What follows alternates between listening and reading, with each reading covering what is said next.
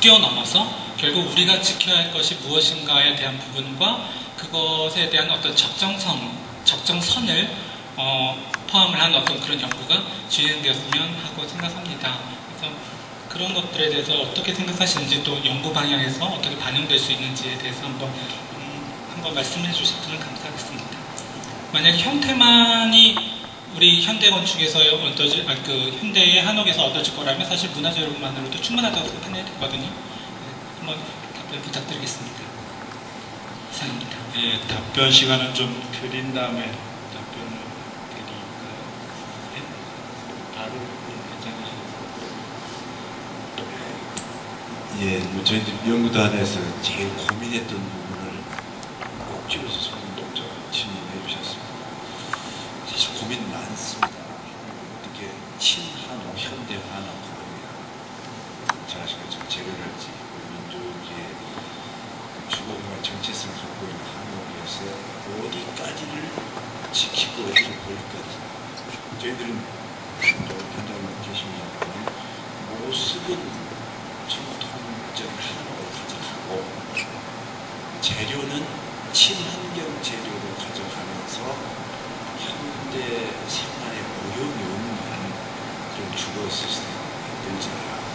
저희들이 한옥을 문화재로 생각한다거나 저희들이 한옥을 너무 예스론을 강조하거나 정체성을 강조하게 되면 현대 주거 생활에 너무 맞지 않은 경우가 너무 비싸졌지, 어렵겠지 이런 것이기 때문에 일단은 모습은 한옥, 그리고 나머지 것에 우리가 지켜야 할 것은 친환경적인 전통 재료를 통해서 현대적인 면을 통해서 새로운 반응을 만들어가는 것이죠. 아까 대륙을 말씀드린 대륙까지 우리 신한옥에서 도료해야 된다면 대단히 그건 좀 어려울 것 같습니다. 그래서 선택할 것과 보일 것을 고르라고 한다면은 아무래도 현대 건축이 갖고 있는 장점, 단일화의 차원을 100% 현대 건축에 맞출 수가 없지만 어느 정도 그 등급을 지향해서 가야 되기 때문에 전통 한옥이 갖고 있는 단점이면서 장점인 것을 버릴 수밖에 없지 않는가 이런 생각입니다. 질문 드리지 않겠습니다. 네, 추가 질문은 일단 잠시 후에 또 받기로 하고요. 두 번째 토론자 토론을 듣겠는데요. 저희가 이런 자료하고는 항상 조금 이렇게 점잖하고 경직되고 이러다 보니까 실질적인 토론이 안 되는 경우가 상당히 많이 있어요. 그러니까 발표자를 다시는 안 본다 생각하시고 아주 신랄하게 해주시기를 부탁드리겠습니다. 예전 선거는 부탁드리겠습니다.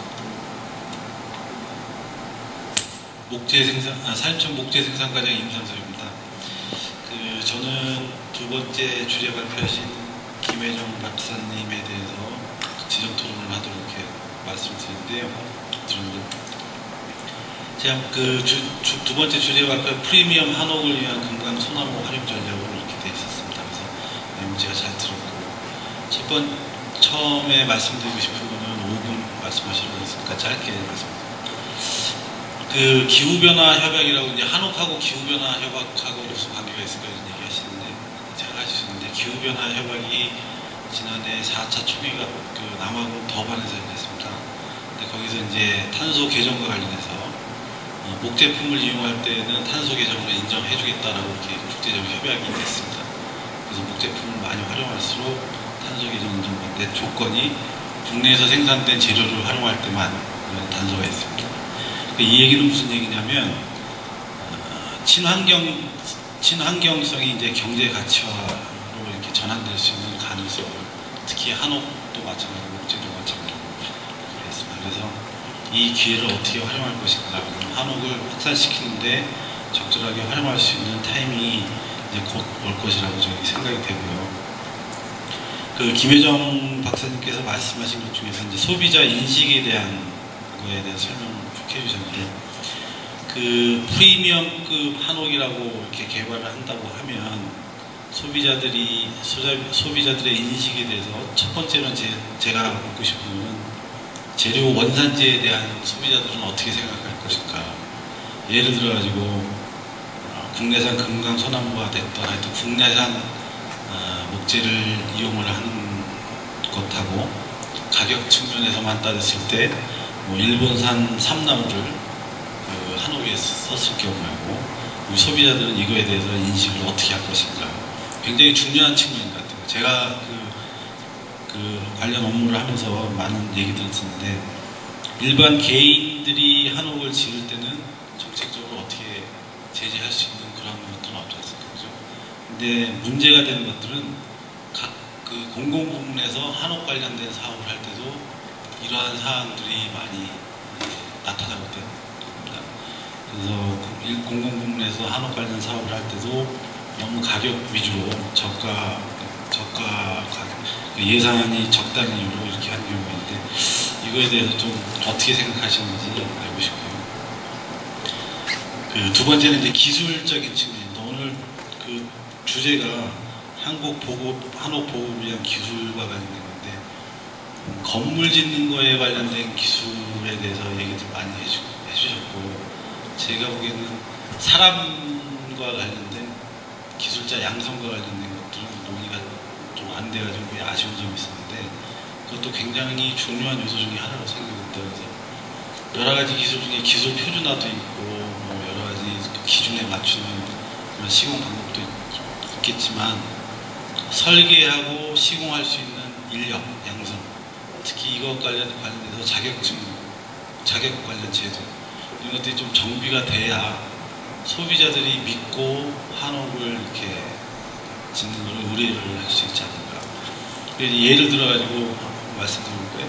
아까 그 축사에서 학장님께서 얘기 잘 해주시는데 건축가에서도 그 한옥 관련된 걸 좀 이렇게 다루시고 목재공학과나 임상가공과에서도 목구조와 관련된 것도 좀 이렇게 가르칩니다.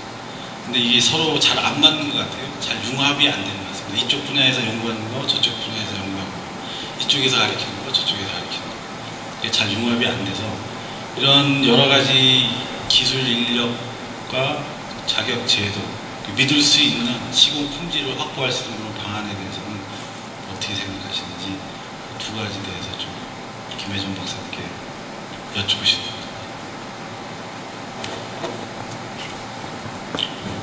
예, 좋은 질문 감사합니다.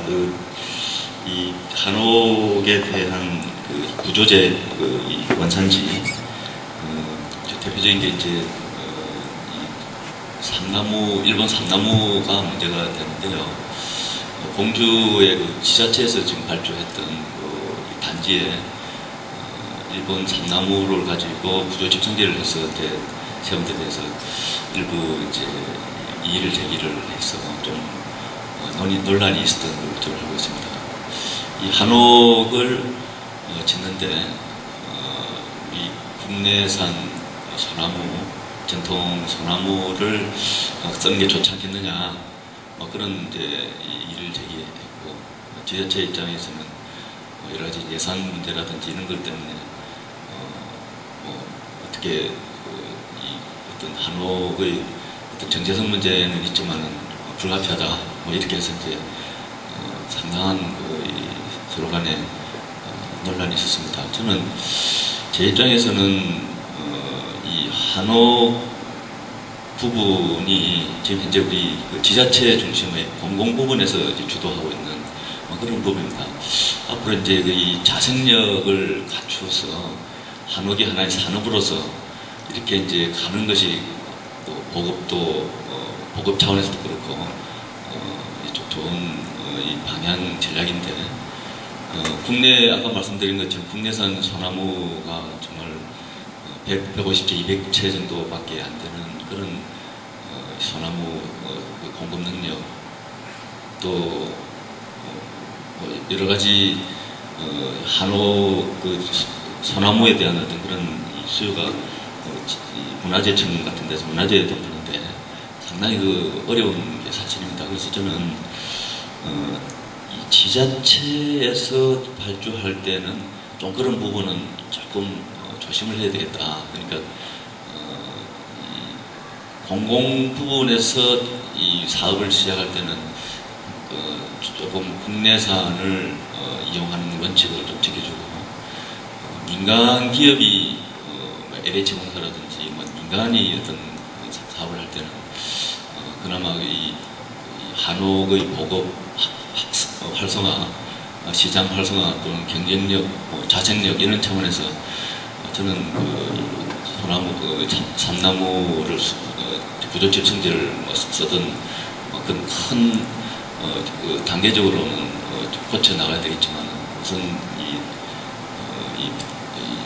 도입 단계에서는 불가피하게 받아들여야 되지 않겠느냐 그렇게 보고요. 그다음에 그 기술 보급 관련해 가지고는 이렇습니다. 물론 필요하죠.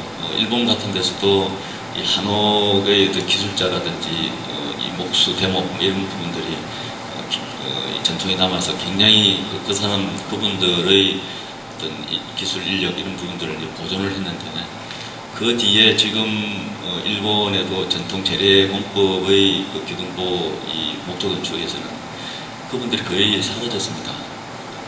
왜냐하면 일본은 이 재래공법 목조건축도 이거는 이 목조건축은 건축이 아니고 제조업이라는 개념을 가지고 있습니다.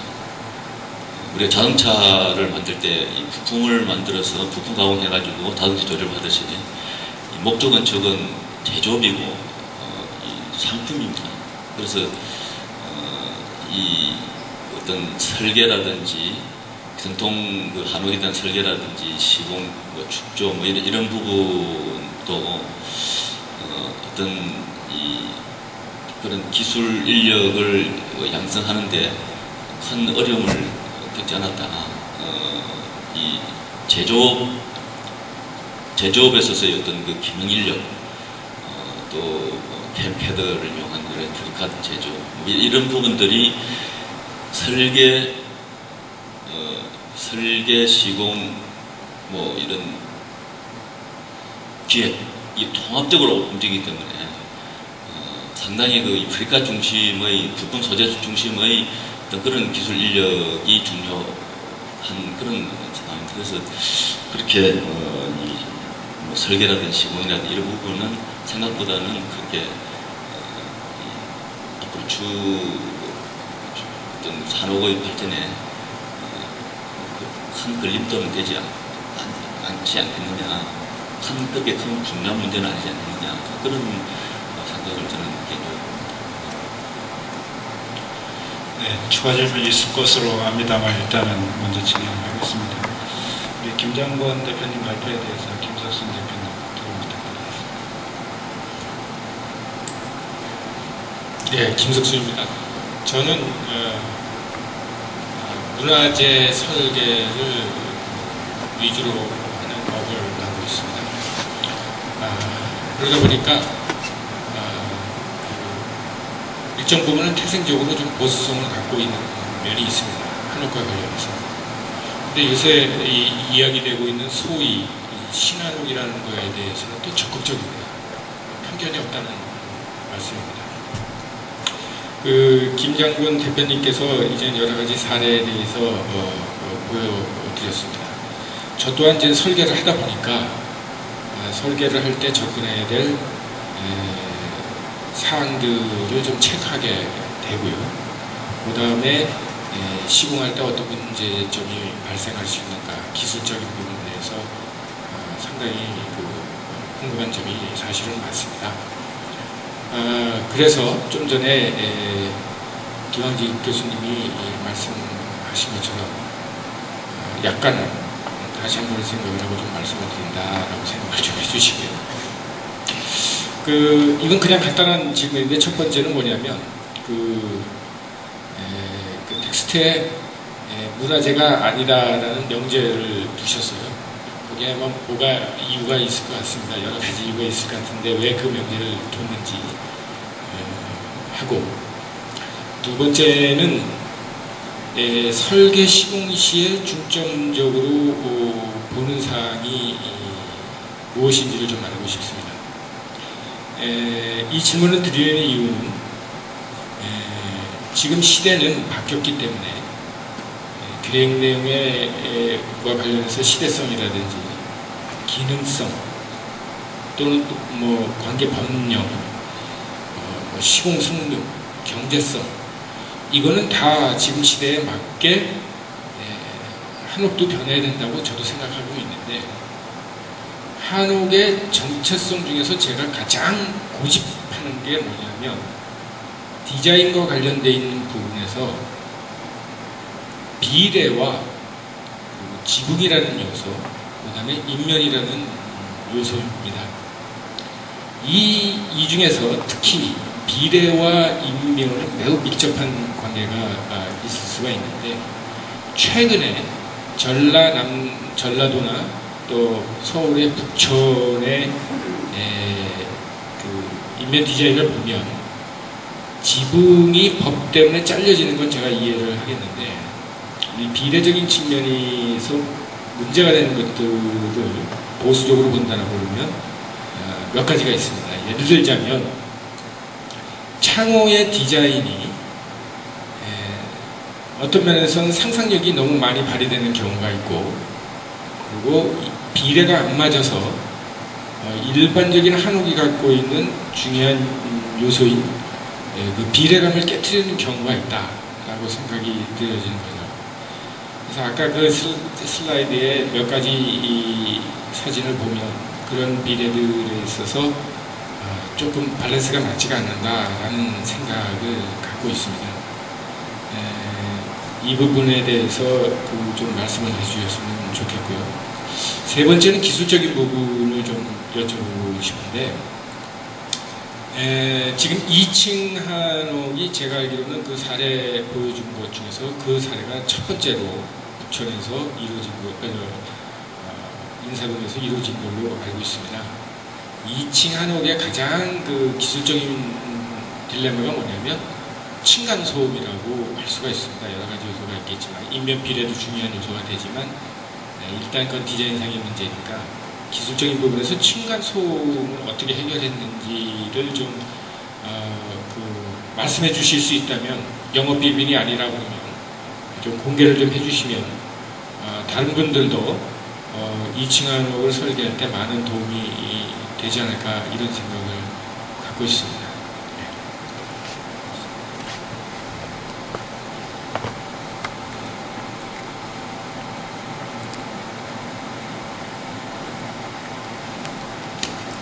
너무 많은 질문이라 제가 뵙고 싶지 않습니다.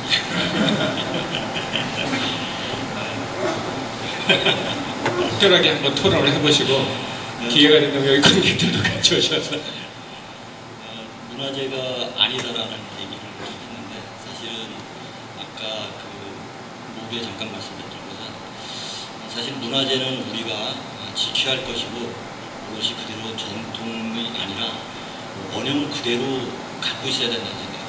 그래서 문화재가 아니라고 했습니다. 그리고 지금 하는 한옥들은 모두에 제가 말씀드린 과거에 유효했던 공간이 현재 미래에 과연 유효할 것인가에 대한 부담감에서 시작되는 토론인 것 같거든요.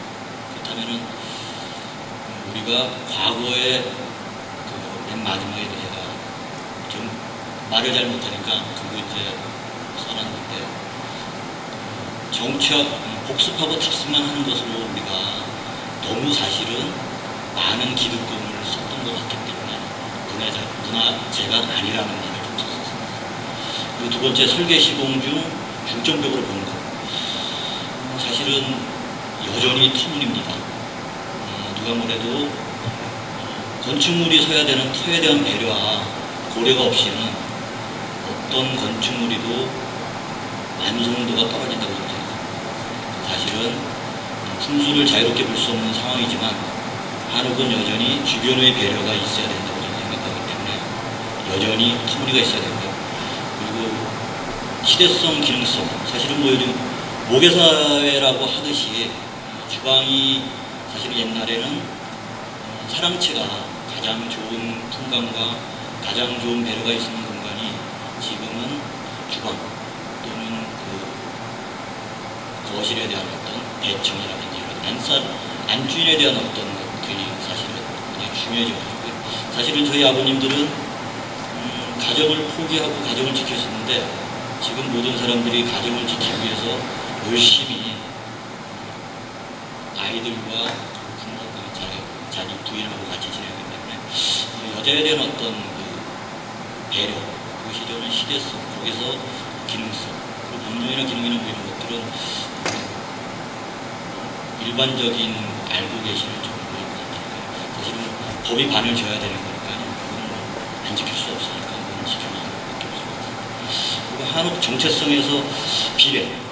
사실은 굉장히 제가 비례 부분에 대해서 관심이 굉장히 많습니다. 지금 집들은 장스판, 사실은 기둥도 높아지고 찬사리도 넓어집니다. 그러다 보니까 저도 그 건축 답사를 좀 하다 보면은 늘 항상 부딪히는 게 그 스케일감을 어떻게 해결할 것인가 하는 부분입니다.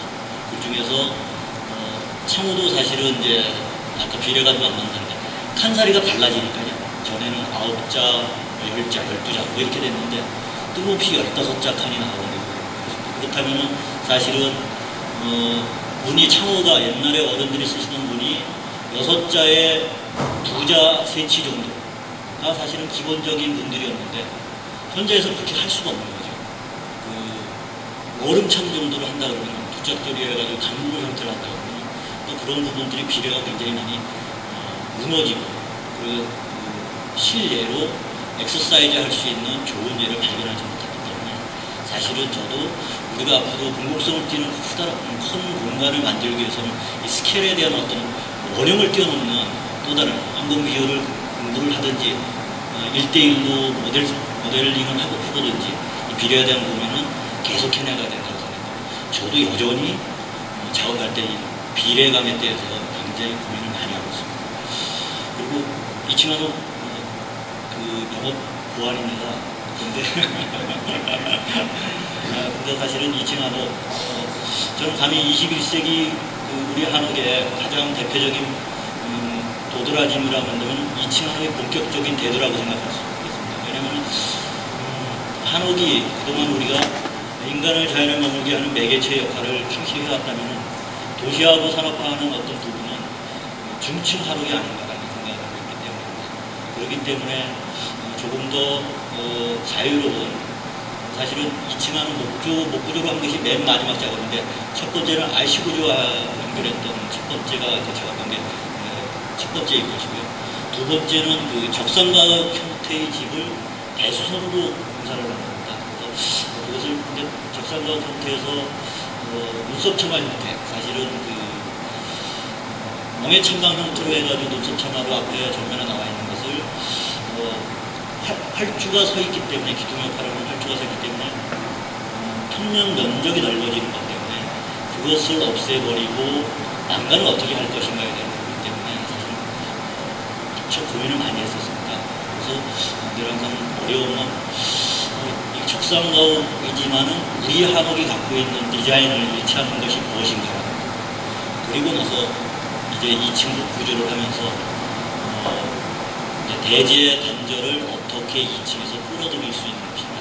설계에서 가장 중요한 요소에 대한 부분이고 나머지는 사실은 거꾸로 2층 한옥은 목구조 트러스, 목조 주택을 하는 사람들한테 가서 기술을 차용하고 빌려갔습니다. 그분들이 훨씬 잘하겠네요. 그 목조 주택을 하고 있는 한옥보다. 사실은 구조적으로 장기틀과 동기틀을 이용하는 마루제이 구조제를 써야 되겠다는 생각을 많이 하고 있습니다. 그래서 아까 그래서 잠깐 사진 화면을 볼 때 귀틀 사이에 조명을 집어넣는 게 굉장히 거만함입니다라고 얘기했면서 사실은 그것에 전기도 숨어야 되고 설비도 숨어야 되고 단열도 숨어야 되고 난방도 숨었습니다. 그것은 한방이라고 할 수 있는 것과 인방이라는 사이. 저는 7치에 간격짜리 썼는데 그 사이에 들어갈 수 있는. 근데 생각보다 굉장히 우리 건축 자재들이 우리가 어떻게 보면 아까도 잠깐 제가 마지막에 창의력이 부재라고 얘기했듯이 사실은 우리가 너무 기득권에 안주해 있어가지고 기존에 있는 좋은 재료들을 활용하고 있지 못한다라는 것입니다. 저는 그래서 암습제도 넣고 그 다음에 층간소음을 넣기 위해서 층간소음제도 넣고 그 다음에 또 방진, 방음 다 집어넣습니다. 그리고 맨 마지막에는 결국은 물성이 베이스 바닥에 물성이 마루라면 아무리 마감을 잘해도 이 물림을 해결해 줄 수 있는 것은 저는 몰탈이라고 생각해가지고 몰탈을 막아보겠습니다. 근데 사실은 그러니까 그 무게감 때문에 사실은 무게감을 줄인다라는 것이 거꾸로 물림과 진동에 도움이 되지 않기 때문에 저는 작은 공간에 굉장히 밀도가 높은 몰타를 썼습니다. 그래가지고 그걸로 좀 줄여가지고 진행을 했는데 그리고 그 외에 조금 더 디테일하고 담여들 거는 건 너무 비밀이니까 따로 한번 보시죠. 여기까지 하겠습니다. 예, 고맙습니다.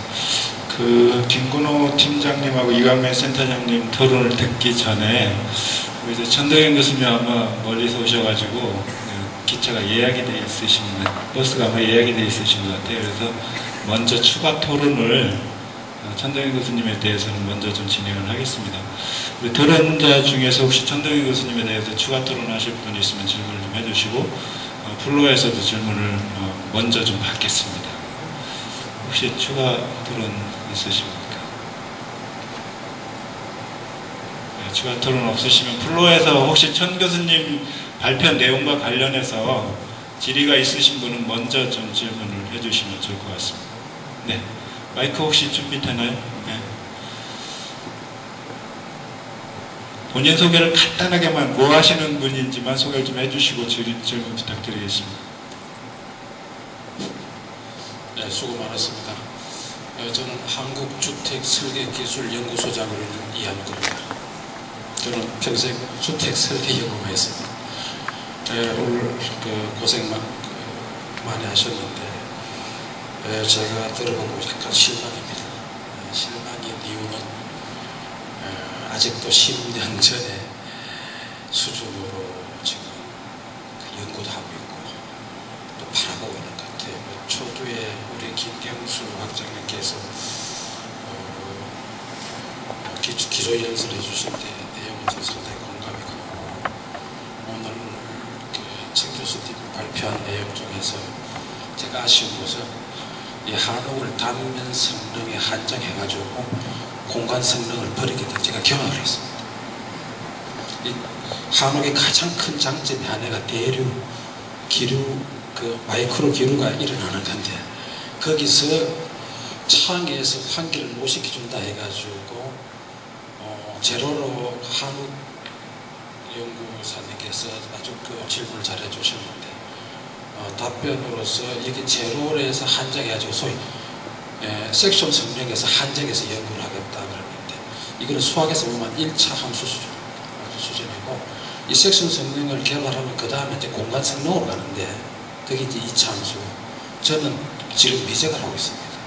미적을 하고 있는데 저는 저기 혼자 연구를 해도 수백억 들인 연구보다 내가 여러 프로 사람 좀 외람됩니다만 내가 좀 나고 느낍니다. 그래서 현대 건축술로 한옥 건축을 말해보자면 한옥이 가지고 있는 건축술이 따로 있는데 아까도 어떤 분이 그런 말씀하셨습니다만 현대 설계 기준, 법규 기준으로 한옥을 재해석하고 평가해서 큰 못합니다. 답이 안 나온다. 그래서 이 섹션 성능에서 발전하는 것이 공간 성능이고 공간 성능에서 발전하는 게 제로 조화입니다. 그래서 한옥의 가장 큰 기술은 조화인데 조화를 가기 전까지 오늘 제가 여기 올 때는 한옥 보고 기술이 어디까지 왔나 이걸 보러 왔는데 실제적으로 1차 함수 수준에 머물러 있다는 것을 보고 이렇게 안 되는데 이러면 한옥이 퇴보되는데 이런 생각을 가지고 저는 한옥을 좀 더 깊이 있게 연구하려고 그러면 또 다음에 제가 했습니다만 오늘 나온 주제에서 멋하고 기술하고 해서 자꾸 왔다 갔다 하는데 현재 한옥이 모듈도 설정을 못하고 있어요. 김원택 교수 나왔는데 내가 또 다음에 물어보려는데 한옥 설계 모듈 설정이 되었느냐 기본 모듈이 뭐고 수평 계획 모듈하고 수축 계획 모듈이 잡혔느냐 또 그리고 격자는 잡혔느냐 아직도 싱글 그리드 그대로 쓸 거냐 한옥에서 타타 그대로 써야 되는데 그런 거 하나도 안 나고 지금 비례 얘기 나오고 기술하고 막 혼도 내가 왔다 갔다 하는데 좀 아쉽습니다. 그래서 가신다 그러니까 또 다음에 내가 청 교수한테 뵐 기회를 있겠습니다만 어떻든 기술 단장님으로서 부탁하고 싶은 것은 현대 건축 수준 기준으로 가지고 접근하지 말고 전통 우리 한국 건축술이 가지고 있는 요소가 별도 있으니까 그걸 가지고 접근하면 공간 성능 다음 단계 조화 단계 자연과 인간의 조화 단계까지 가주셔야 된다 말씀드리겠습니다. 이상입니다.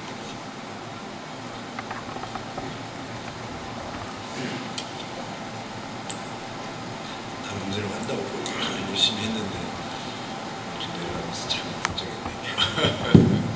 따끔한 질책을 생각하고 받아보겠습니다. 저희들이 저는 1년, 다른 분들이 약 2년간 수행했는데 과제는 국가 R&D 과제입니다. 국가 R&D 과제가 하고 있는 냉엄함을 학자인 저는 가끔 접하면 좀 김잡히 계시지만 내가 미쳤냐? 왜 이따위 짓을 하지? 이럴 때가 있습니다. 하도 전남대에서 사람 초들이 밭에서 밥 먹는 거 9시 이후에 밥 먹는 거 거기 가면 명수 다 참가해야 돼. 빛이 근데 그것은 이제 사족이고 그쪽에서 요구한 것은 단가를 줄이는 대중화하는데 보급하는데 한국 갖고 있는 정체성을 최우선으로 하면 보급이 안 된다고 생각하는 것이 국가 과제를 진행하고 있는 팀의 생각인 것이죠. 전라남도에서는 400만 원 정도 평당 할수 있습니다. 문화재는 한 1200에서 1500원.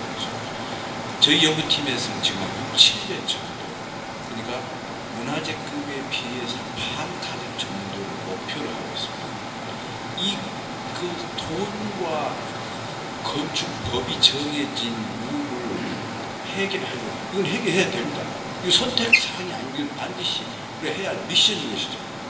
우리는 주어진 이 법적 제도적인 강제입니다.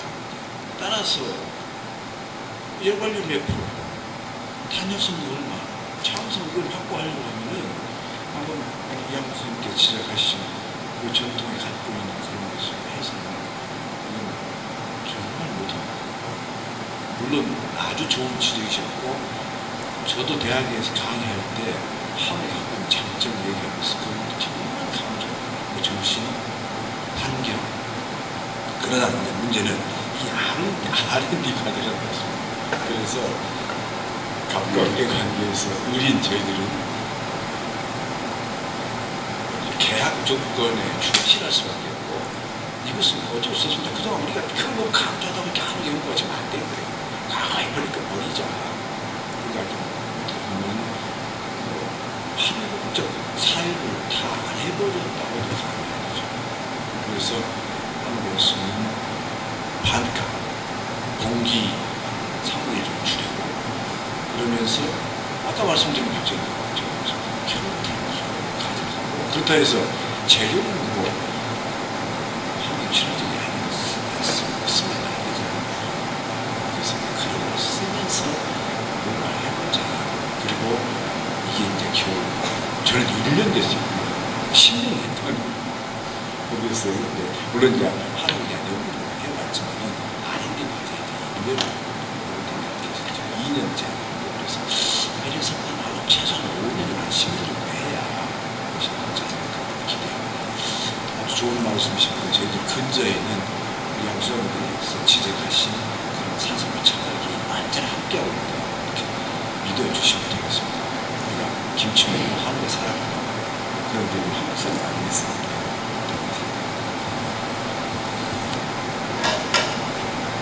질문 혹시 있으십니까? 네. 네, 저기 호원건축사 사무소의 저 노정호입니다. 저기 교수님들하고 연구진분들이 이렇게 오늘 발표해 주셔서 감사하고요. 제가 질문할 건 이제 교수님한테 질문한 게 아니라 금방 이제 질문하셨던 분한테 좀 여쭤보고 싶은 게 있습니다.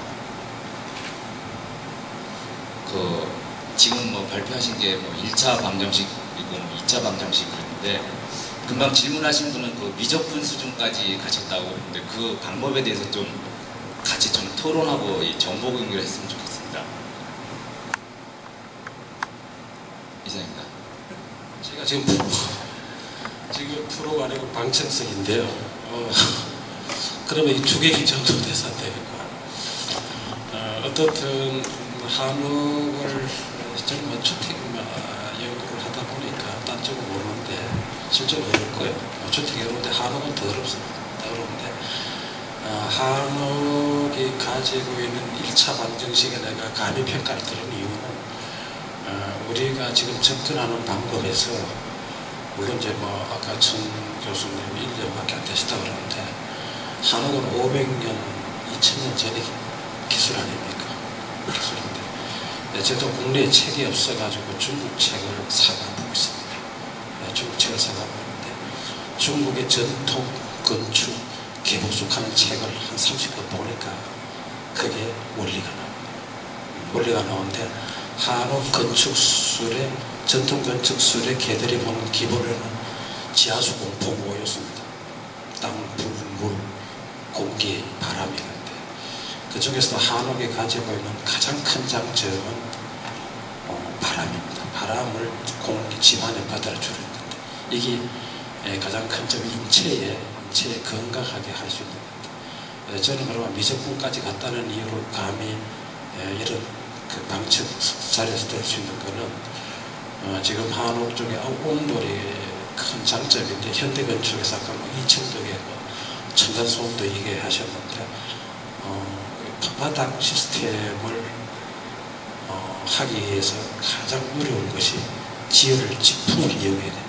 땅속에 있는 16도씨 온도를 지상 8층까지 끌어올려 가지고 냉난방을 해야 되는데 저는 끝까지 지금 하고 있습니다. 하고 있고 또 태양열 지붕을 참 가볍게 말하라 그러는데 가벼운 거 가지고 지붕을 해오고 지붕이 가장 근본적인 거는 에너지 미적인 요소도 있습니다만 에너지를 받아들이는데 그 에너지 중에 방사능을 축적하는 기능이 있습니다. 한국 지붕이 이 방사능이 어떤 역할을 하냐면 우리를 밤에 잘 때 체세포, 우리 세포가 한 3분의 2가 다 고리가 DNA 고리가 깨져요. 이걸 붙여주는 역할을 하는데 이게 한 200피코와의 방사능이 들어갑니다. 그래서 저는 한옥의 공간 성능을 떠나가지고 방사능까지 들어갔다. 이것을 답변이 될지 모르겠습니다. 미안합니다. 네, 뭐 열띤 토론 감사합니다. 그리고 좀 이따 이어가기로 하고요. 두 분 토론자 먼저 의견을 듣고 그다음에 진행하도록 하겠습니다. 우리 저 김근호 대표님 먼저 말씀 좀 주시죠.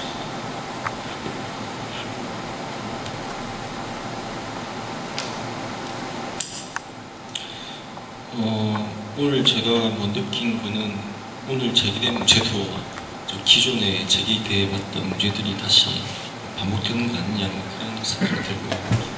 제일 처음에 나왔던 그 한옥의 기준이라든지 그 다음에 인력 양성 부분, 설계 법칙을 해가지고 소비자 신뢰 얻기 위해서는 이 부분이 개선해야 된다는 의견은 기존에도 계속 이야기가 돼왔던 부분 같습니다.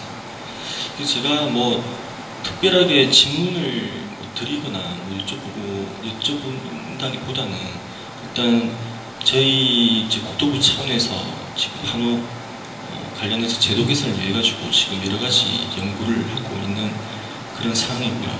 그래서 오늘 나왔던 이야기를 좀 많이 참고를 해가지고 저희가 제도 개선안에 담도록 하겠습니다. 알겠습니다.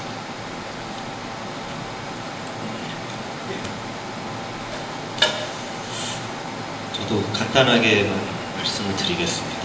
오늘 사실은 처음에 김경수 교수님 말씀하실 때부터 한옥의 정의 문제가 나왔고 저희가 작년부터 포럼을 계속 진행해 왔는데 항상 이 문제가 이슈가 됩니다. 한옥이 뭐냐, 어디까지 볼 거냐.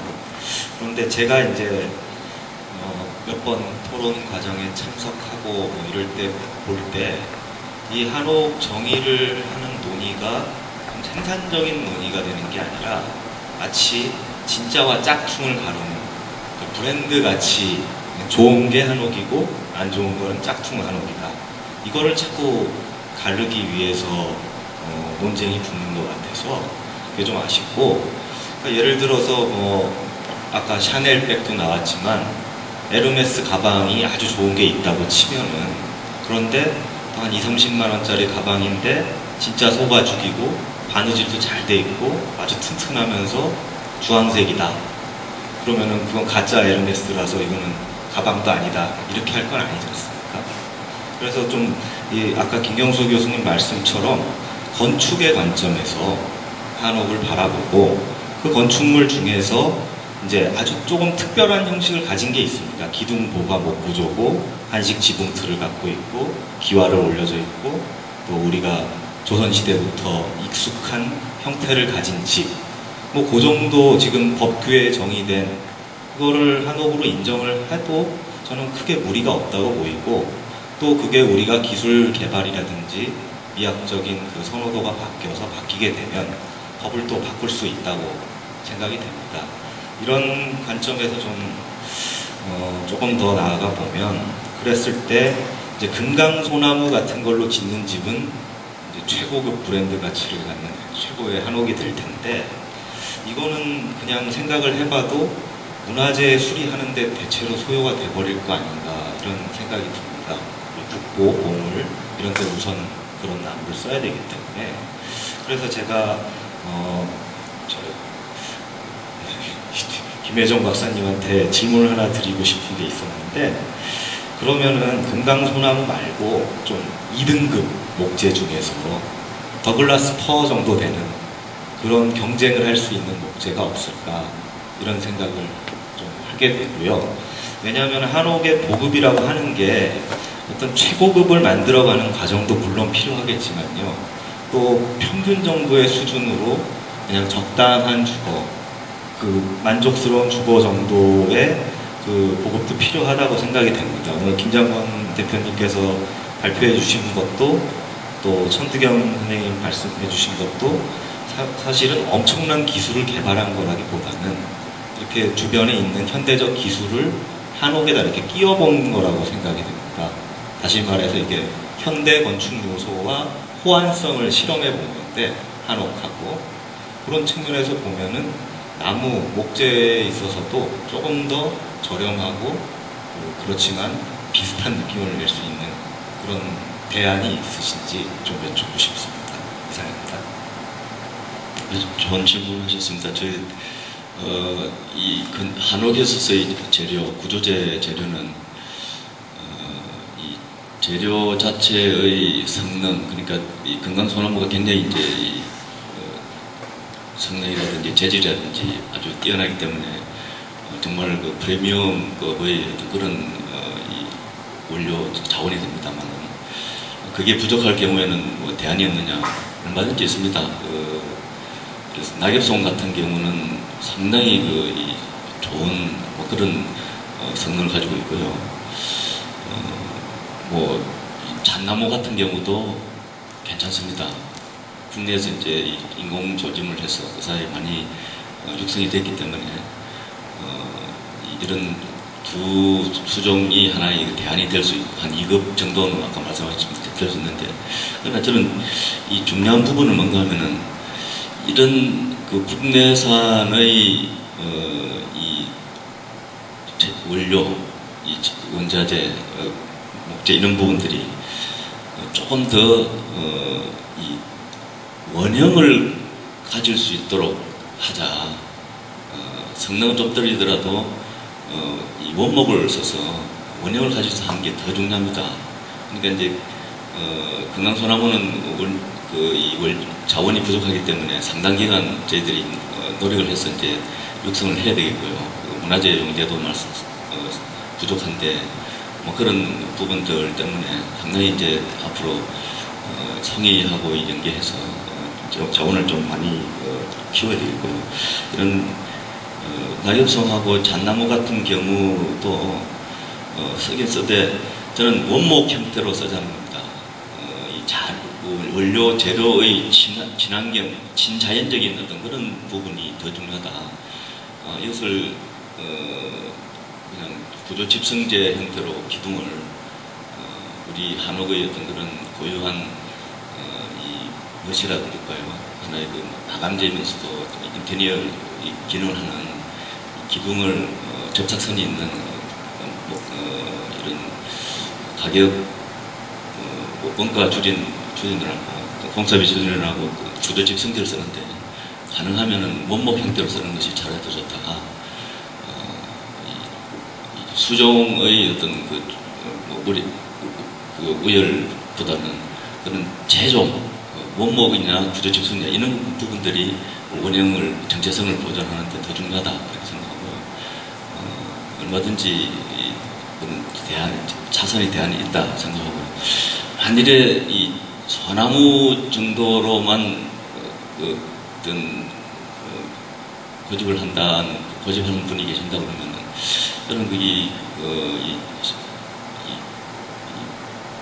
부주적송이라는 게 있습니다.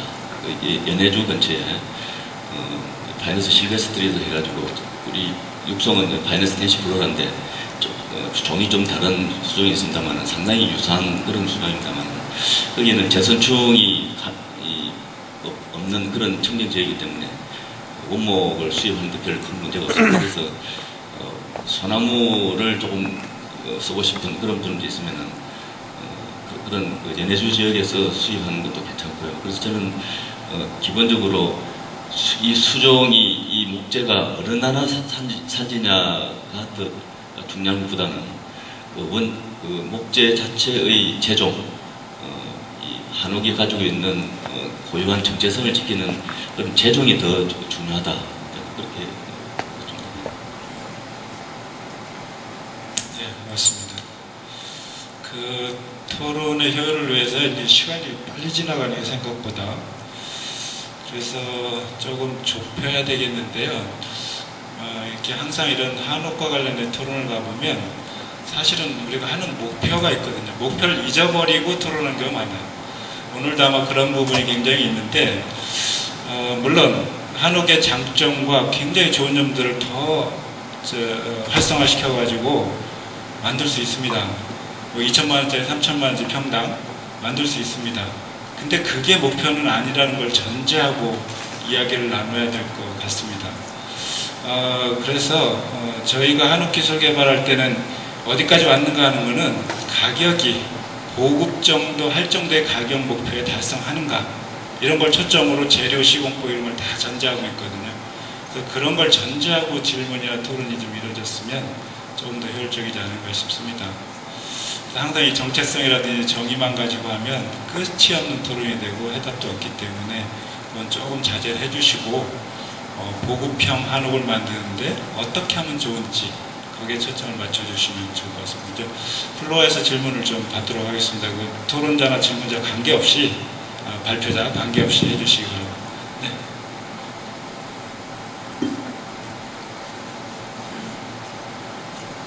오늘 좋은 발표 잘 들었습니다. 세 분 연사님들께 감사드립니다. 저는 국립산림과학원 이동훈입니다. 제가 오늘 제가 오늘 말씀드릴 내용은요. 최근에 오늘 발표 주제 중에서도 이 한옥의 어떤 코스트를 낮추기 위한 이러한 문제가 제기되었고 또 한옥 이 구조를 보면서 항상 저는 이제 한 12년 동안 목조 건축 포럼을 맡아가지고 같이 추진을 하다 보니까 그러한 부분에 항상